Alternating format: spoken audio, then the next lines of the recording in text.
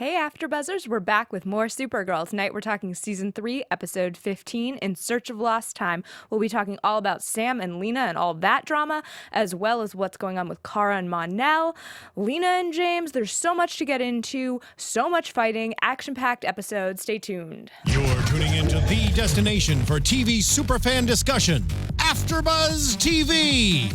And now, let the buzz begin.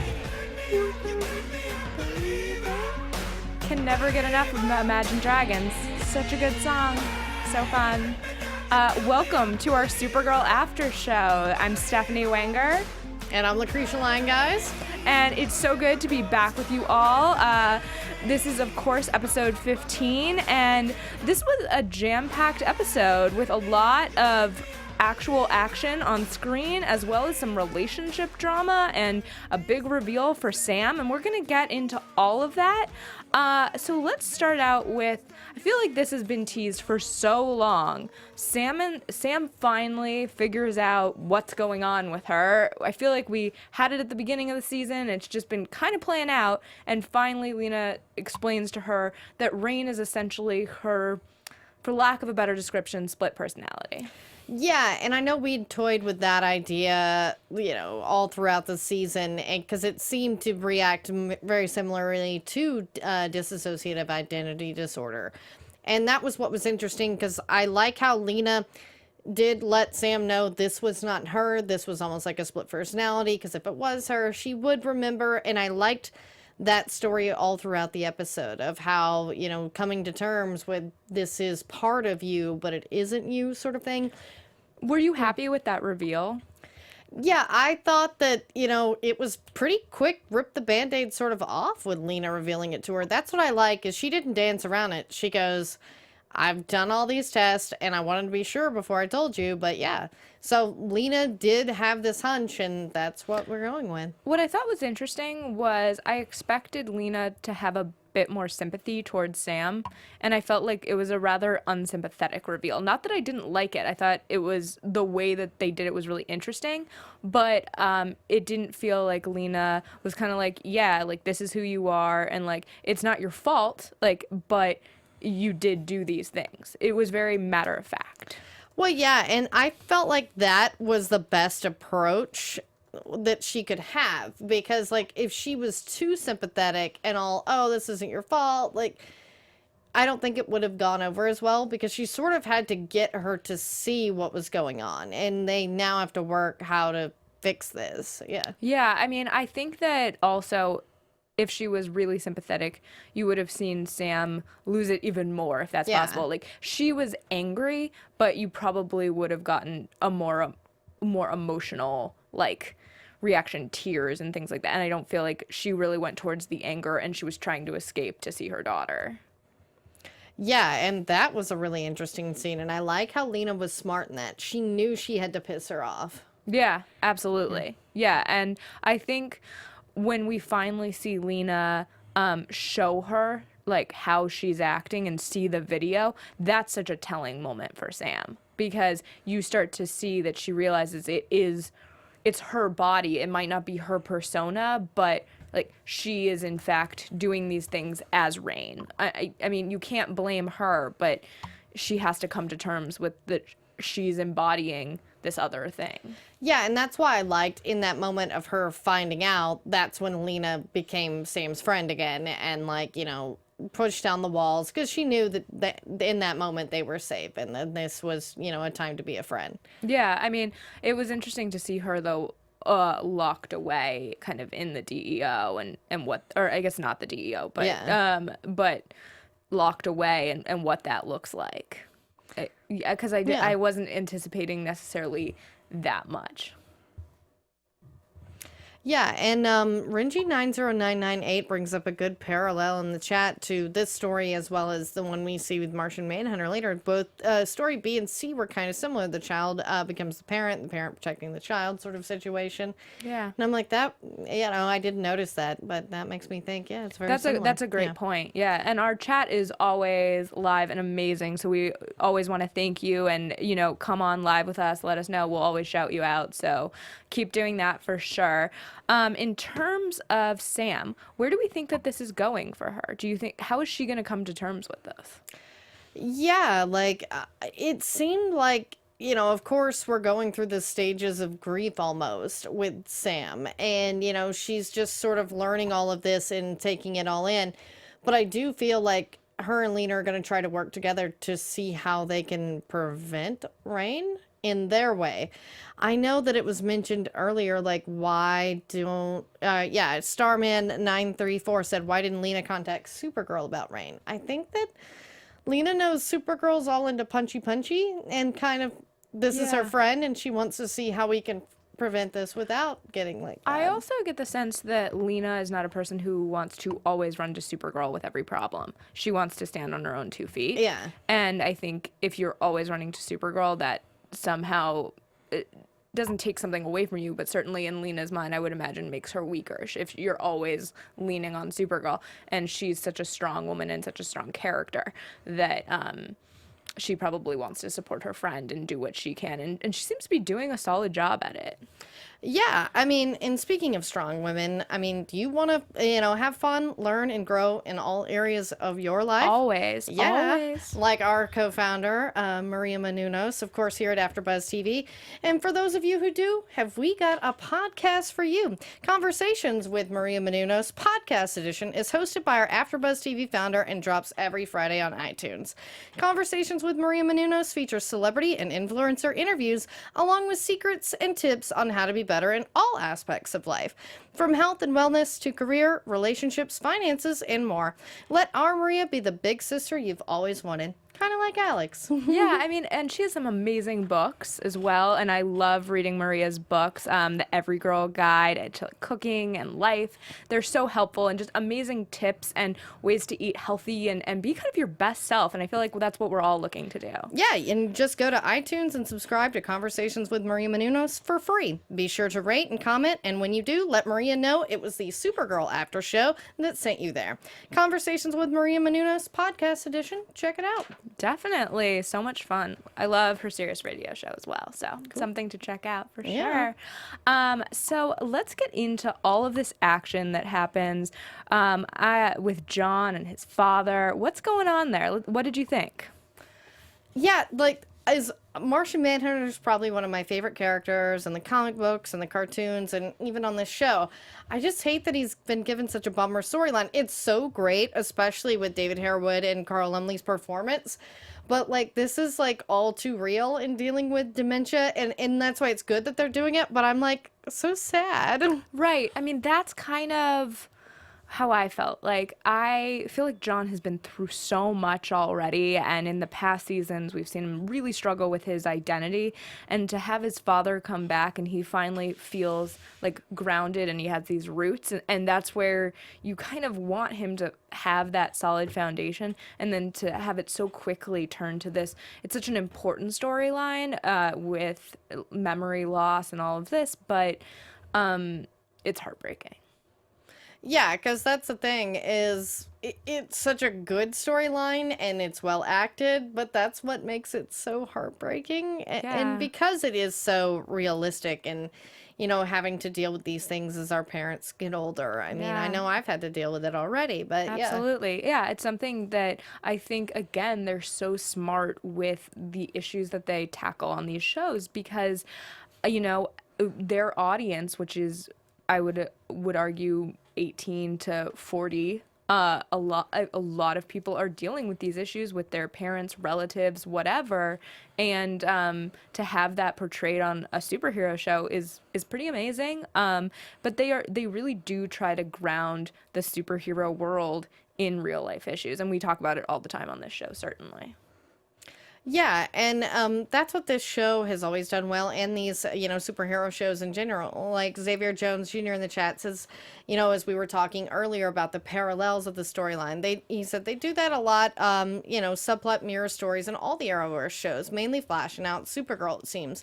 Now, whether they are executing these tones and stories all the time, is another story. But I will say in this episode, I thought they did, pretty well in keeping it. That, as much as it was, as I said, like a bummer episode in a way, at least the tone was consistent throughout with both stories, and, the very sad reveals, and sort of trying to protect your parent and your child, and whether it be Ruby or John's father. I think exactly. This certainly had a large theme that tied throughout the episode, and that's always really nice. This was not the happiest of themes, but I hope that this is leading to a happier, well, not ending because there's another season, but a happy end for this season. Yeah, because we sort of came to a head with John's father and what they needed to do with this. So I feel like, at least as far as the turmoil going with him further getting into dementia and where do we go with that, I feel like we've sort of put to bed. But it is nice that we still have Carl and Lee around. And of course, we're still getting these great Martian moments, because we did get to see him become the Green Martian in this episode too. Which was incredible. Props to the CW, always pulling out those amazing moments. So what did you think about his apology at the end of the episode? Yeah, I feel like it was unnecessary because everybody in that moment knew what was going on, but it was still very sweet and heartfelt. And I liked that it was sort of like a bookend to this. Yeah, and I liked that Kara was like, it's our turn to be there for you, and to John. And I felt like that was a really sweet, because it's kind of the family he chose, not the family that he was born into. And you see how important both sides of that is, like both families are. Yeah, that's what I really like of this whole season, is it's constantly brought up that, Jean sees Alex and Kara sort of as his daughters in a way, and that they're constantly there for them as well. Yeah. Yeah, I really do appreciate that. Before we get into some of the relationship status and the rest of the episode, we just want you to know that we love hearing from you. We want to know what you think about all these relationships, all the action, where this season is going. You can go on iTunes, rate, comment, let us know what you're thinking. We comment back. We'll shout you out on this show live on Monday nights. We just can't wait to hear what you're thinking. So always go on iTunes and let us know. Okay, so let's jump into Kara and Mon-El. I'm not gonna lie, this was my favorite storyline of the night. I'm a big cheerleader of this relationship. I know the chat's not always a cheerleader of it. It's okay. What did you think about it? I really like Caramel, I will say. Yeah. I know Twitter hates me sometimes for saying it, but there was a lot of good moments for them, because, I loved how she looked whenever he came out in the suit, because, I was in the same way. It's like, oh, yeah, it looked good on him. Yeah, they've such good chemistry on the show. It's amazing. Well, and I feel like we finally got, Kara's feelings out of the way about, the jerk Mon-El used to be. And that was sort of the thing, is much like Kara, I always saw the potential in Mon-El, and now that he's there, and I like that that's what she was dealing with. She's like, yeah, you were such a jerk back then, but the man you become. And I feel like the suit and everything is sort of the metaphor, and them flying at the end is they're equals now. Absolutely. And, they just have this obstacle of, and it's not just Imra that's the obstacle. It's like, she is a person, none of this is against her, but obviously, these two have deeper feelings for one another. And, we've seen the perspective, and we're going to get Imra again next week. So hopefully none of this becomes too much of a drama, because I feel like all three parties are aware of what's going on. Absolutely. Yeah. And I really did appreciate tonight that she thought she was under, I'm going to use the word spell, that's not right, under powers because she hit him so hard in that. And I was like, that's emotion. We've all been there. We're not necessarily hitting someone. I'm not condoning that. But certainly where the emotion gets the best of you. And it wasn't that she was under anything. It was that these emotions are still so strong. And Alex finally points that out to her. Well, and that was sort of what I liked, is it was never really clear that at least when she punched him that first time, that that wasn't what it was. She was trying to use that as an excuse, but Yeah. it's like, yeah. And I like that they kept calling her out. No, these are your unresolved feelings. Yeah, exactly. Like we've all, certainly we're not all Supergirl, but we've all had those emotions in relationships, and that was again kind of tying real life into this crazy elevated world. What did you think about that? Yeah, and that was sort of the thing, is I love whenever they'll use stuff like this as a metaphor in dealing with real problems. Yeah. And yeah, the cape work stuff was pretty adorable. Oh, they're so cute and such a sweet. There's so many sweet moments in the episode tonight with them in a very heavy episode in a lot of ways. They were kind of a light moment. Yeah, that was what I liked, is at least the training moments, even when they got heated, was at least somewhat comical and real. Like, in a way you were able to sort of at least laugh for a moment. Yeah, exactly, because it felt like a bit of a, serious episode, and that's, Supergirl, some of the best moments of Supergirl are when it's light and fun. So it was nice to see that. And then we also had Lena and James, a little tease of that relationship. I feel like I can never get enough of James on this show. But he goes and brings her dinner, and they have dinner together, and it's adorable. Yeah, and this is what I like, is this is what you'd expect from James Olsen, because he's been around superheroes his whole, life as we've known him. So he gets that sometimes people have to go away and do something and they can't always be honest with you. So that was a very human reaction. He's like, something's going on. It's not about me. Let me do this. It's like, could we clone him? Yeah, exactly. You're like, you get it. What's going on? Yeah. And it was really sweet to see him. I feel like we're just scraping the surface with Lena and James, and I'm really excited to kind of explore this as the season comes to a close here in the next, I don't know, now 8 episodes, I believe. Yeah. So, let's see, what else are we missing tonight? I don't know. The chat did not love the cape work like we did. Laura Elm says, I hope the cape training is not how they defeat Rain. Oh, okay. Yeah. So people are pretty mixed. Yeah.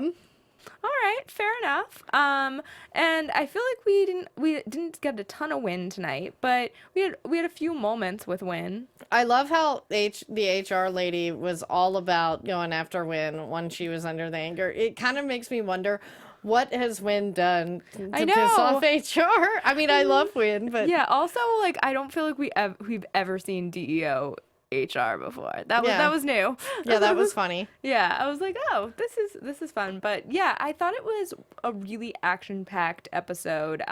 In terms of, we had really solid storylines. Everybody kind of had their own arc going on, which sometimes they're all tied together, which is fun. But these were very separate, clear storylines. Yeah, because, I mean, Win clearly had some issues with his buddy there, Demos, I think. We usually see this guy around, but I like how they sort of had some backstory there. Yeah, I was like, okay, that came out of left field to me, but yeah. Yeah. I think that is it for this episode. Let's jump into some predictions. And now, your AfterBuzz TV predictions. Ooh, do you have any ones that you want to jump out? Well, I just want to say, I really liked the ending of this episode with Mon-El and Kara, flying in their little outfits, and then they land on, because they're seeing all these things fall from the sky, and I was just like, oh, good, it was birds. Birds are dicks. Because The Birds is actually one of the only movies that scares me. So I was like, oh, good, this is just a bunch of birds dying, and then they're just pestilence, the way that they set it together was really just on point. Yeah, absolutely. Yeah, and it leads you into certainly next week, and I believe next week we see that Win gets a mysterious disease of some sort. That would seem to be what was coming up in the so that's kind of what pestilence is it's a disease. Okay. So when the 4 horsemen come out, and that's why it's having the birds drop, I'm guessing, an avian flu sort of thing. And then, it looks like Win will be infected. I guess because he's the most human and the most beloved. We have to Yeah, I mean, it would be Win or you would say James, right? And if you're looking for human choices, I'm interested to see where it goes, and I think it leads to kind of an end of the season that's going to be interesting because we're starting to see these villains pile up, and we don't know who the super villain will necessarily be yet, but I think that's to come. Yeah, because that's sort of the thing is, Rain is, for all intents and purposes, locked away in Lena's lab, and we have, Pestilence is on the way, but I'm trying to remember, do they still have Purity? Yeah, I believe Purity. And Rain could seize the day and get out, but I don't know that that's where that storyline's going necessarily. That might be for an episode, but I don't know that it's going to be the big bad of the season, as we used to say. Yeah, I think that they often kind of throw that, out of left field sometimes. It's like they've done with Arrow this season. It's like, that wasn't your big bad. This is your big bad. Yeah, it might be in the final few episodes. But more to come next week. Thank you so much for watching and hanging out with us. You can always find AfterBuzz at AfterBuzz TV on Twitter and Instagram and all over the internet. And you can find me, Stephanie Wenger, at the same handle on all social media. And since I'm Lacretia Lyon, guys, you can always find me at LaCretiaLyon anywhere on the internet, since there is only one. I have a podcast, much like our founder, Maria Menounos there. It can also be found on iTunes, Stitcher, Google Play, and Podbean. It's called Mrs. Brightside. It's where I take the bright side of something seen as negative. Like tomorrow, I've got AfterBuzz TV host Steve Kaufman on there to talk about the bright side of professional wrestling fandom. There is one, folks. Interesting. And then, All right. And I also have the Red Room, which is available on all those platforms as well as YouTube. So yeah, be sure to subscribe to that. New episodes every Thursday, giving your horror TV news and commentary there. Awesome. Well, definitely check that out. All right. Have a good week, everybody. See you soon.